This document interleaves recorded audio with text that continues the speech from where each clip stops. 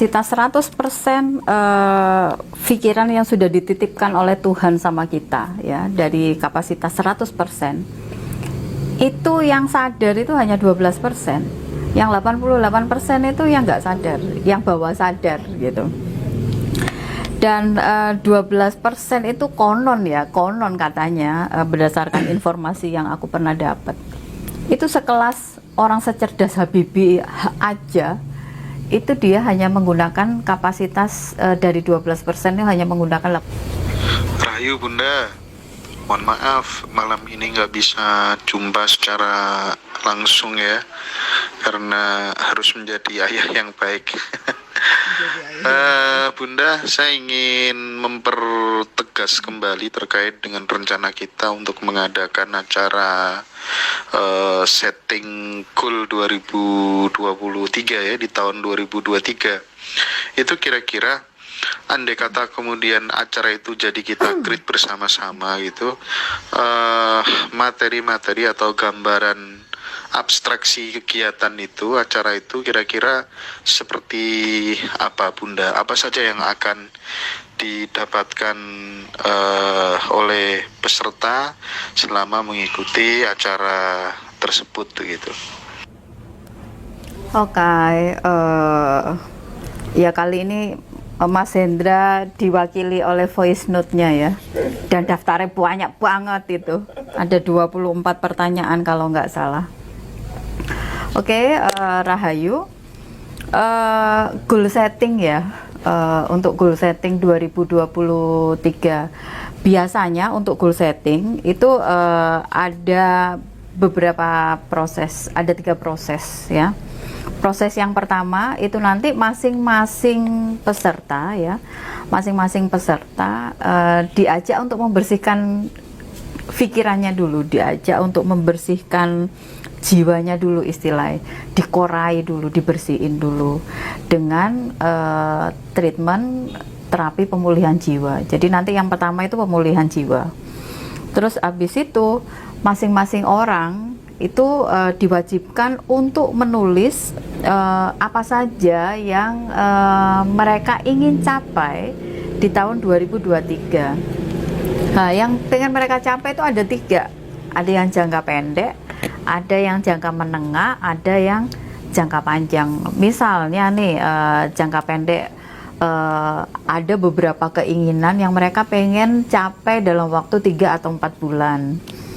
Terus kalau yang menengah ya antara 4 sampai 6 bulan atau bisa 8 bulan. Yang jangka panjang bisa jadi tidak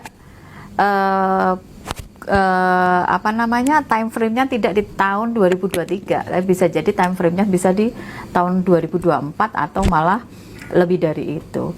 Jadi nanti masing-masing peserta itu diwajibkan untuk membuat catatan ya, untuk menulis apa saja goals mereka yang mereka pengen capai, dan itu dibagi menjadi 3, jangka pendek, jangka menengah, jangka panjang.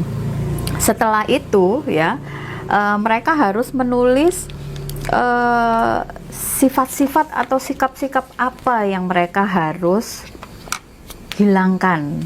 Nah, sikap-sikap atau sifat-sifat apa yang mereka harus tanamkan atau tingkatkan. Jadi 3 hal itu yang mereka harus tulis gitu. 3 hal yang mereka harus tulis. Lah, setelah itu proses selanjutnya merekonstruksi bawah sadar mereka. Jadi menginstal program bawah sadar mereka dengan memasukkan 3 catatan itu. Terus nanti juga diajarkan beberapa meditasi-meditasi ringan. Misalnya nanti bisa diawali dengan meditasi sadar nafas. Terus diajarkan juga biasanya meditasi jalan. Terus diajarkan juga nanti meditasi tarian jiwa. Jadi itu proses atau treatment untuk merefresh sebenarnya, merefresh pikiran, merefresh tubuh gitu.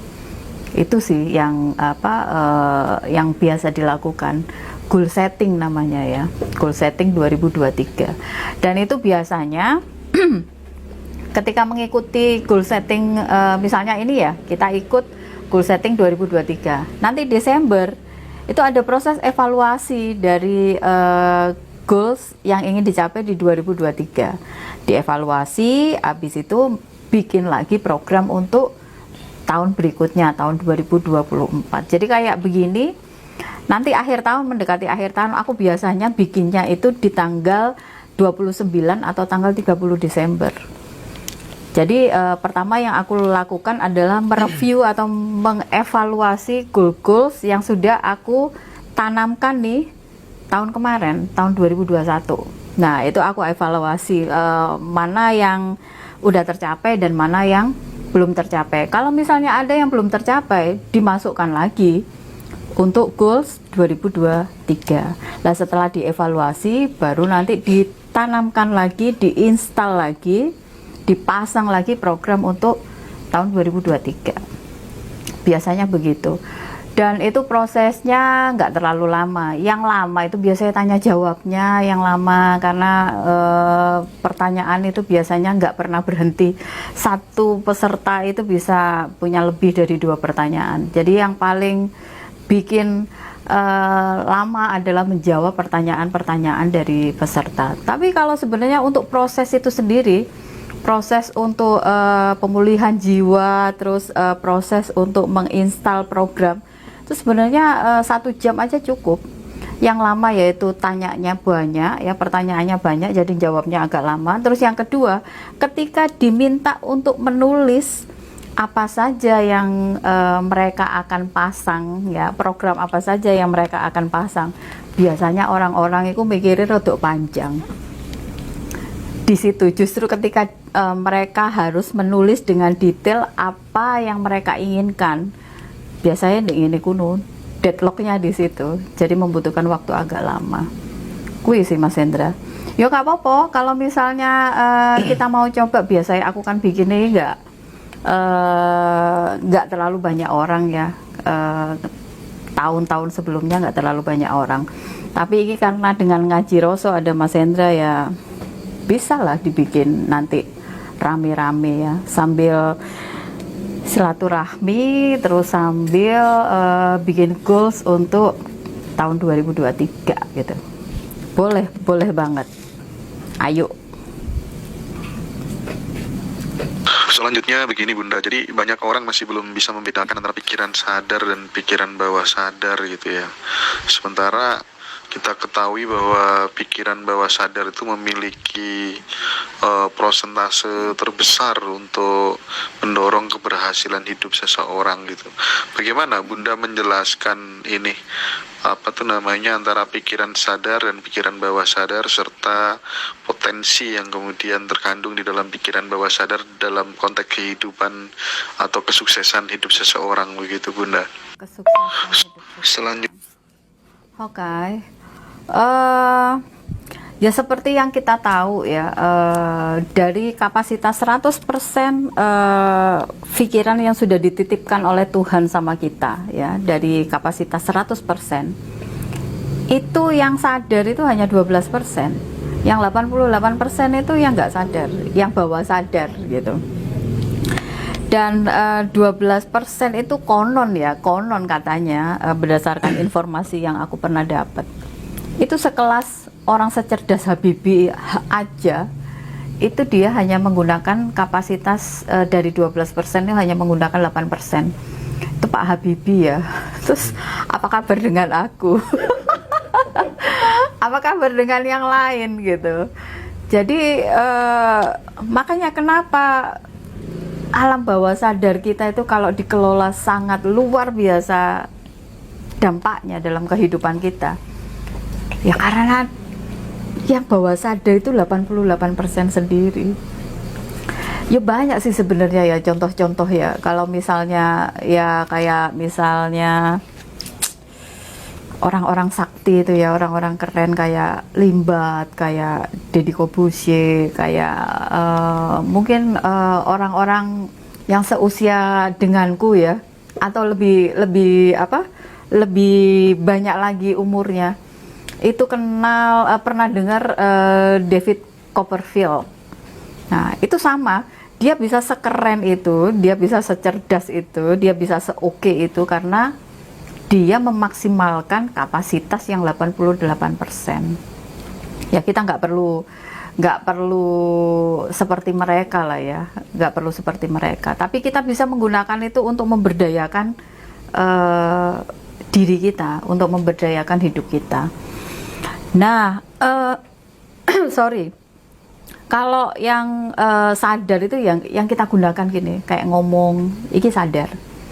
Nah, contohnya kalau yang bawah sadar, pernah ngerasa nggak sih kita nyetir mobil atau nyetir motor ya? Itu nyetirnya sambil rodok ngelamun-ngelamun sidik gitu.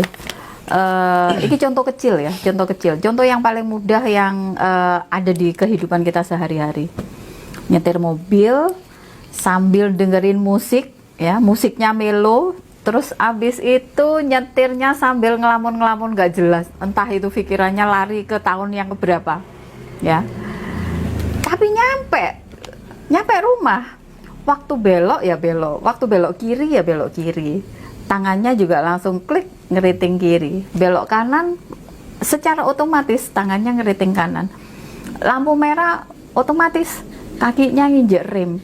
Padahal pada saat itu dia nyetir sambil ngelamun, pikirannya itu tidak di situ, pikirannya itu entah ada di mana. Jadi dengerin musik sambil ngelamun-ngelamun ya kayak gitulah. Tapi kita bisa sampai di rumah nggak pakai nyasar. Naik motor juga begitu, sambil ngelamun-ngelamun. Waktunya belok kiri ya, kita otomatis belok kiri. Waktu belok kanan, otomatis belok kanan. Ada traffic light nyala merah ya, otomatis kaki ini langsung nginjak rem. Itu kerja dari alam bawah sadar. Lah kenapa kok bisa seperti itu? Ada banyak hal. Ada yang karena itu dilakukan berulang-ulang. Jadi akhirnya terekam. Atau ada juga yang itu kita lihat sekali, tapi begitu nancep, mungkin saking hebatnya peristiwa itu sampai kita nggak bisa melupakan gitu. Keinget-inget terus. Ya, seiring berjalannya waktu, peristiwa itu kita lupa ya, kita lupakan, secara sadar kita lupakan. Tapi dampaknya, efeknya itu tersimpan, memorinya itu tersimpan di alam bawah sadar. Nah, itu contoh paling gampang ya, bedanya yang pikiran sadar dan pikiran bawah sadar. Ngono sih Mas Hendra. Selanjutnya terkait ini Bunda, ada perspektif yang mengatakan hemat pangkal kaya. Atau jangan-jangan akhir-akhir ini saya justru berpikir kebalikannya, hemat pangkal miskin. Nah, menurut Bunda ini mana yang paling tepat, hemat pangkal kaya atau hemat pangkal miskin? Ya boleh aku gawe itu tadi kan yang pertama hemat pangkal kaya, kedua hemat pangkal miskin, tak tambahi 1 deh, 3 royal pangkal kaya. Jadi udah nggak hemat lagi. Ya itu kadang-kadang begini ya. Memang kita itu di set wait. Aku khawatir salah ya. Sejak kecil itu kita sering didoktrin oleh kalimat-kalimat yang tanpa kita sadari ya. Sebenarnya itu tidak memberdayakan. Sebenarnya. Iki contoh ya dengan hemat pangkal kaya itu. Hemat pangkal kaya. Dari kecil kita diajari untuk menabung, irit-irit dan segala macamnya. Ya kebablasan ya irit beneran gitu. Lah, yang mana yang paling benar? Hemat pangkal kaya atau hemat pangkal miskin atau tadi tak tambahi 1 royal pangkal kaya? Tergantung mindsetnya. Kalau benar-benar mindset itu muancep hemat pangkal kaya, ada banyak orang pelit kaya. Di sinetron itu banyak tuh dicontohkan orang pelit kikir tapi dunyane seambrat-ambrat, ada juga. Terus hemat pangkal miskin itu karena mindsetnya, bukan kegiatan hematnya, bukan habit hematnya, tapi mindsetnya itu ya memang mindset, maaf, miskin. Jadi mentalnya yang mental miskin gitu. Jadi menurutku kalau misalnya kita bisa rubah sekarang, ya itu royal pangkal kaya. Karena dengan kita mengeluarkan uang, bukan mengeluarkan ya, mendistribusikan uang ya, mendistribusikan uang tanpa kita berpikir, tanpa kita ngitung, tanpa kita mikir berapa banyak, berapa besar dan segala macam. Ketika kita bisa mentransfer itu ke orang lain, ya tak pikir itu nggak akan habis, malah semakin banyak. Jadi mungkin mulai sekarang udah mulai harus dirubah doktrin hemat pangkal kaya itu. Ayo kita bareng-bareng dirubah lah. Ya opo lek kita mendoktrin anak kita sing royal nak, terus sing sugih. Karena dengan kamu royal berbagi ke banyak orang, rezekimu makin berkah dan kamu semakin kaya. Ya opo lek dimulai ngono wae, mulai hari ini ya. Itu orang tua udah mulai harus dirubah itu doktrinnya. Bukan lagi hemat pangkal kaya ya, tapi semakin royal nak, kamu semakin kaya. Piye lek ngono?